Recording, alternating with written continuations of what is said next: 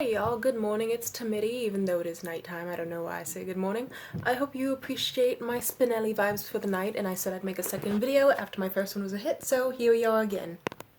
I seem to have a bit of bad luck in the dating pool, mainly because I choose the weirdest dating pools, because my first date with Tom, the pet boy that made me pet him like a little puppy, I met him on Reddit. And this story is going to be about a guy I met on FetLife. And FetLife, if you don't know what that is, it's Facebook, but for horny people. Normal Facebook, you get to see your employers, your family, your grandma's dog.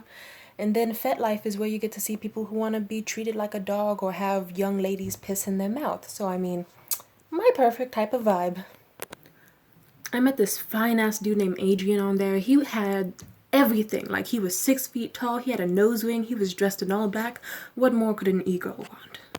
And so, simply put, with my bash ass, I was like, hey, do you want to fuck sometime? And he was like, oh, sure, fuck it. You're cute. You're the same age. And you're the least creepy person on here, surprisingly.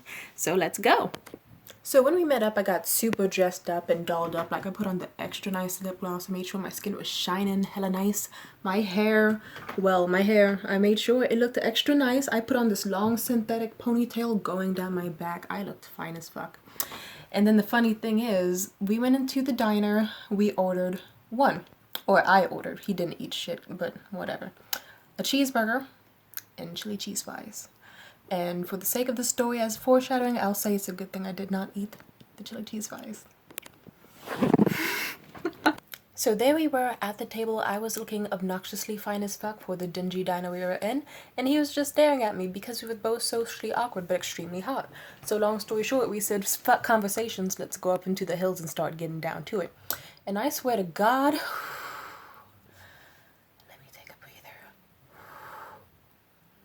this man had that smangin' motherfucking peen. Like, he made me see gods that I didn't even fucking believe in. I saw God, I saw Jesus, I saw the Holy fucking Spirit. I saw gods from different religions. I saw fucking Shiva. Like, do you know how fucking wild that is? Like, imagine it like this. You're getting fucked so hard that you see a flash of light.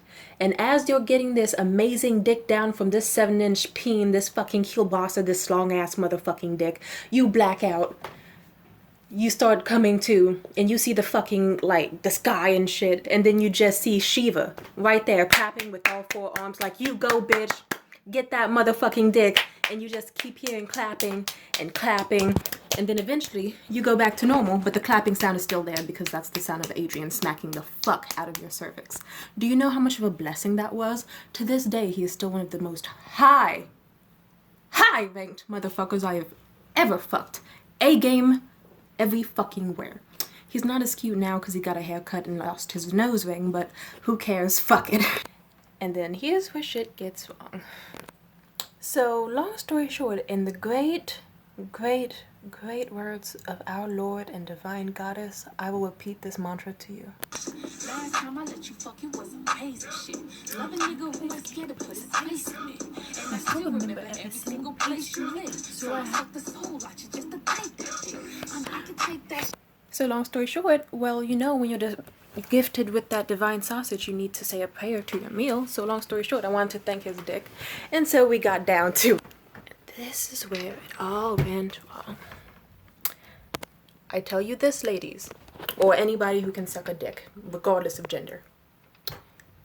If you're about to deep throat the hell out of someone and you're just so grateful for their existence in your life that you go extra deep in your fucking throat without any sort of precaution because you're so lost up and dickmatized, do not eat a big meal beforehand. Because long story short, it will be not so sexy where not only do you puke all over their dick, but all over their lap, all over your feet, all over your own lap, all over your clothing. And basically, by all over my clothing, despite me being naked, is my clothes and his were on the floor. So when I had tried to just be like, oh shit, I don't want to vomit on him, it came out onto him. And then I turned my head and the rest fell on our bodies and onto the clothes on the floor that I had to put back on afterwards. And you know what makes it extra funny? That was not a deal breaker for him. He actually whole time afterwards he was like, I should be mad. I really should be mad. but I can't be mad. And of course, like, get you a man that if you throw up on him in the middle of sex, he will actually be happy, because he's just like, he took it as a compliment. He was like, oh, okay, bragging rights. And also he knew I was putting in that extra work, so what can the tongues, never mind. Ignore that. We managed to clean up, and I don't want to continue the rest from that point of view, since I don't need to discuss you further, but long story short, I said it wasn't a deal breaker. You can say what happened next. We took a sexual intermission because we decided, okay, we should pause for a bit, because the car was full of steam and somehow we were still going at it like wild jackrabbits. And I get that pillow talk is a thing, and I know that, you know, sitting in someone's vomit-scented car pillow talk is a little bit more odd, but even then, let's just say that if you just hooked up with a girl who you just met and you really like her, I get wanting to open up to her. But he told me basically in the middle of it, oh yeah, FetLife is a great website. So many people are friendly and awesome and epic there. You're the first person I met on there. Wait, actually, there was someone I met before you.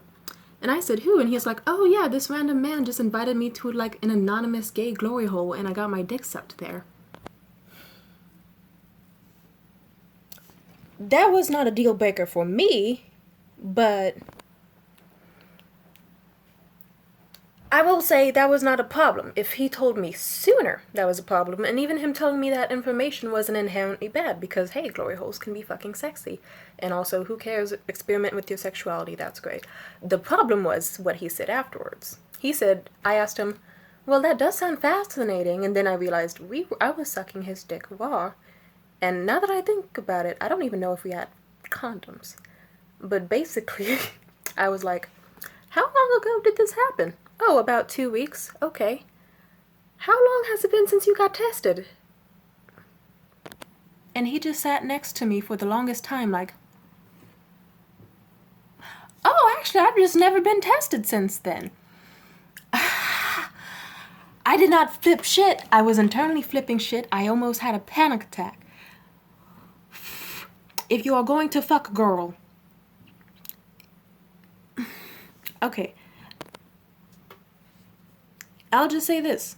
If you are a minor watching this video, or anyone, get tested. 2 weeks is usually when someone's symptoms for disease pops up. And long story short, if you're going to hook up with a partner, probably get tested before you fuck them, because yes, people are not going to react very well when it's like, oh yes, I went to this anonymous glory hole where this man who has a glory hole apartment, just like you open the apartment door and there's a huge wall, and then at knee level there's a huge hole carved in for random people to stick their genitalia in, and then he does that several times a week to complete anonymous strangers. Get tested. Be tested. Don't be like me. Do not fuck random people. Use condoms, use protection, be safe. And also what made it worse and increased my panic when afterwards, when we finished having sex, because hey, he told me that in the middle of our sex intermission. If I was already going to get an STD, it's not like I could my chances would get any higher if I already continued this. Anyway, we finished what we did. A few days later, I got the panic. We both got tested. We both came back fine, and thank fuck for that. But long story short, I hate that I have to say this. Probably, yes, if you go to a glory hole. He's such a fucking idiot. I don't fuck him anymore. I didn't fuck him again after that, because he literally fucked with my trust so high. Yeah. And then what made it worse was then I found the FetLife page of the one who has the glory hole apartment. And their page has an entire manifesto about who cares if anyone gets STDs. We all will just take a bunch of pills for the rest of our lives anyway when we get all old and decrepit, so we could just get a head start on taking them now. No, motherfucker. In this economy with the healthcare system, do you think I can afford fucking Truvada Prep? Do you think I can afford that expensive ass shit? Do you think that I want to have genital warts and all this pain?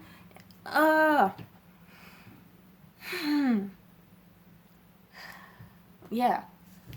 What the fuck? Yeah. So long story short, yeah. Too long didn't listen. Hooked up with hot guy. Threw up on him. We still had sex.